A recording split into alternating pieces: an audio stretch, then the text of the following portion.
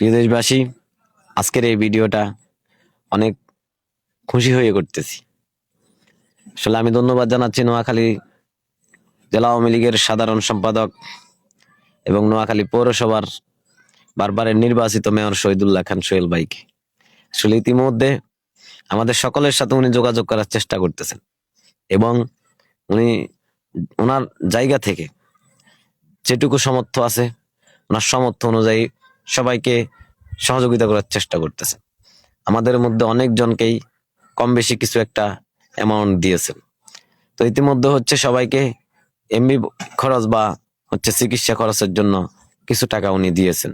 আসলে পুরো নোয়াখালী জেলা পরিচালনা করার ক্ষেত্রে উনি সবাইকে বড় বিশাল অ্যামাউন্ট করে দিতে পারবে না।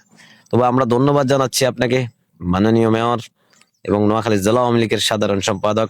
আপনি এগিয়ে যান, আপনার নেতৃত্বে নোয়াখালী জেলা আওয়ামী লীগ